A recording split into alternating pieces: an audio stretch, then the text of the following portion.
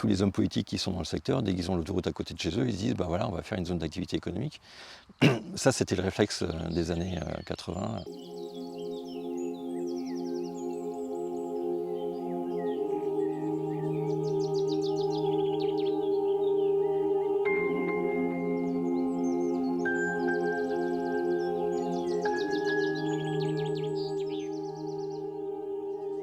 Cette semaine, nous revenons dans le Tarn, à Saint-Sulpice-la-Pointe.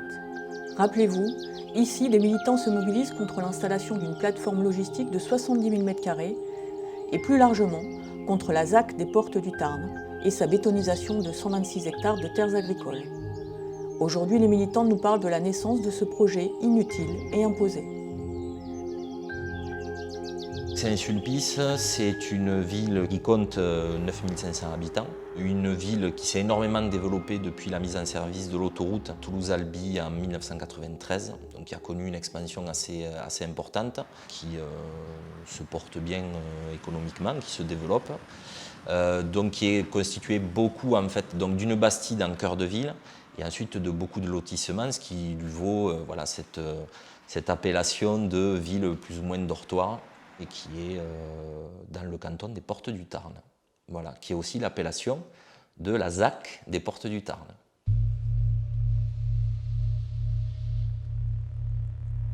La ZAC a été créée en 2012 à l'initiative du Conseil départemental du Tarn et de la communauté de communes Tarn-à-Goût.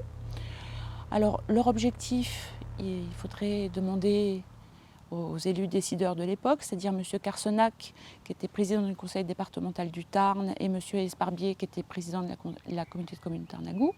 Bon, j'imagine qu'évidemment l'objectif, c'était de prendre à bras le corps la problématique emploi.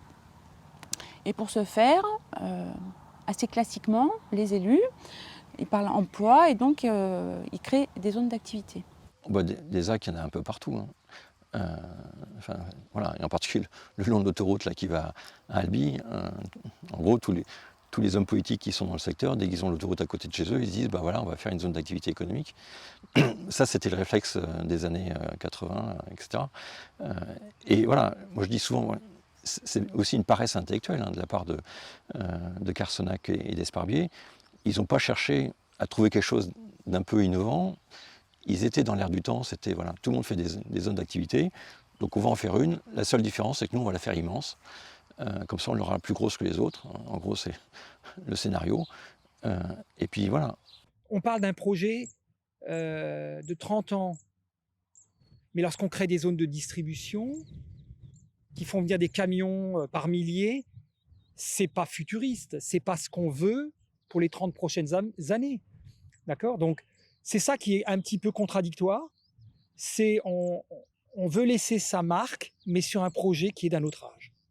Et ça, c'est complètement inacceptable pour les générations futures.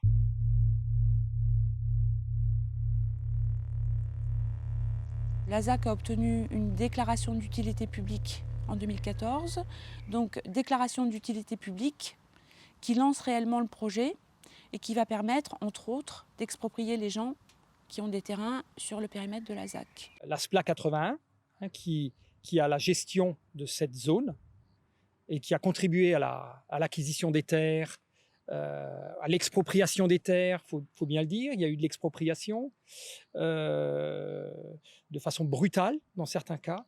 J'avais quand même une grosse emprise sur les Portes du Tarn parce que je travaillais des terres à l'entreprise, j'avais des terres en commodat, j'avais des terres en propriété, des terres en fermage, j'avais un peu tout, quoi. Et sur une surface assez conséquente. Donc si vous voulez, quand vous avez ce projet qui tombe du ciel et qu'on vous vire, parce que moi on m'a simplement viré, sans dialogue, sans discussion, ça ne fait pas plaisir, quoi. Pour moi, le point de départ fondamental, c'est le gaspillage du foncier agricole. Ils sont partis sur une préemption de 200 hectares de terres qui sont des terres qui sont quand même de bonnes terres agricoles. Ils ont beau nous dire que c'était des terres moyennes, voilà, c'est des belles terres agricoles. Et aujourd'hui, on sait très bien qu'on n'a pas le droit de gaspiller du foncier. Là, on a tout faux. On favorise quelque chose qui ne fait qu'aggraver une situation dont on sait que, et on l'a bien vu malheureusement avec le coronavirus, qui est très délétère. Et là, on va un peu plus dans cette dégradation de l'environnement. Ça, c'est une absurdité aussi tout à fait inacceptable. L'installation de la coopérative viticole Vinovaly se concrétise aux portes du Tarn. Vinovaly est le premier, mais aussi le seul client de ce parc d'activités porté par le conseil départemental. Un investissement estimé à 87 millions d'euros. Je pense que les gens qui ont pensé cette zone, ou qui ont poussé pour que cette zone se crée, n'ont aucune idée de la manière dont ils vont la garnir. Il n'y a aucun projet de développement industriel clair. Et la preuve, c'est que 10 ans après, il n'y a qu'une seule entreprise aujourd'hui qui s'est installée. Selon la société publique locale d'aménagement des Portes du Tarn, depuis début juin, une vingtaine d'entreprises se seraient montrées intéressées pour s'installer ici. Mais nous n'en saurons pas plus après l'échec de l'arrivée l'an dernier de la compagnie industrielle de la matière végétale. Le chantier de la commercialisation des Portes du Tarn se fait dans la plus grande discrétion. Les élus, pour traiter le problème de l'emploi, ouvrent du foncier économique, créent des zones d'activité. Alors la difficulté, c'est que la plupart des élus pensent tous la même chose. Donc ils ouvrent tous des zones d'activité et se mettent tous en concurrence les uns avec les autres, même au sein d'un même département, au sein de 2 départements voisins, etc. Bon, donc la difficulté, même si c'est coûteux, la difficulté, c'est pas d'ouvrir des zones d'activité, mais c'est de les remplir.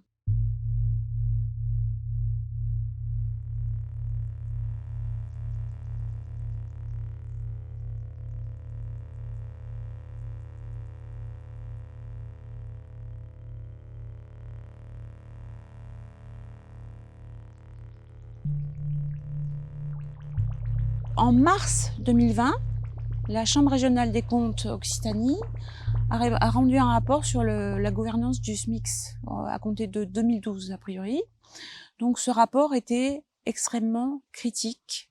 C'était vraiment un pavé dans la mare. En conclusion, la Chambre indiquait qu'il fallait que les élus qui géraient la ZAC revoient entièrement leur stratégie pour la commercialisation de la ZAC, pour espérer arriver à un équilibre économique et financier. Au final, en termes d'aboutissement, on est très loin du compte, que ce qui avait été proposé comme échéancier de fonctionnement et de rentrée d'argent, on en est très loin, et que donc voilà, il y a une difficulté financière grande pour la SPLA et le SMIC qui est derrière. Il va bien falloir qu'un jour quelqu'un paye cette ZAC. Eh bien, on commence à se poser la question sur est-ce qu'on n'est pas prêt à finalement à laisser n'importe qui s'installer, n'importe quel type d'entreprise s'installer sur cette zone. Et c'est le danger, c'est le danger pour les communes environnantes, pour Saint-Sulpice, et c'est un danger d'un point de vue environnemental.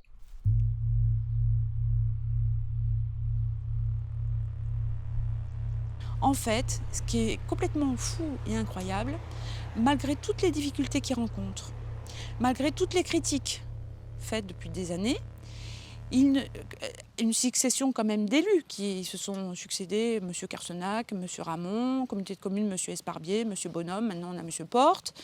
En fait, ils ne dévient jamais du projet initial. La clé pour moi, c'est la population.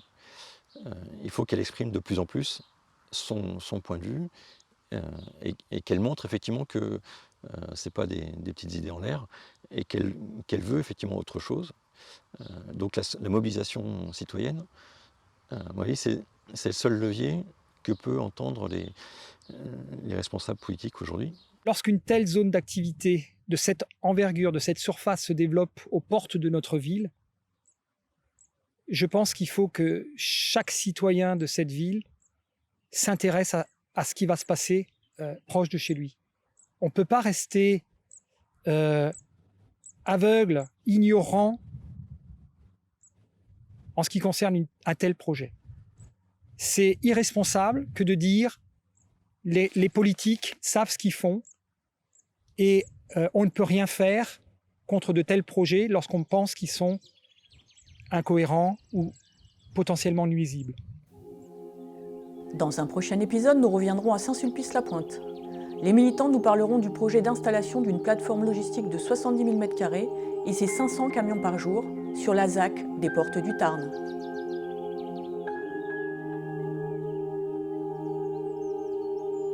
Si vous aussi vous souhaitez vous engager contre un projet inutile et imposé proche de chez vous, n'hésitez pas à aller sur le site de reporter.net. Celui-ci a réalisé avec l'ONG de mobilisation citoyenne Le Mouvement et l'équipe de vidéastes de Partager c'est sympa, une carte interactive des luttes recensant plus de 200 projets inutiles et imposés en France.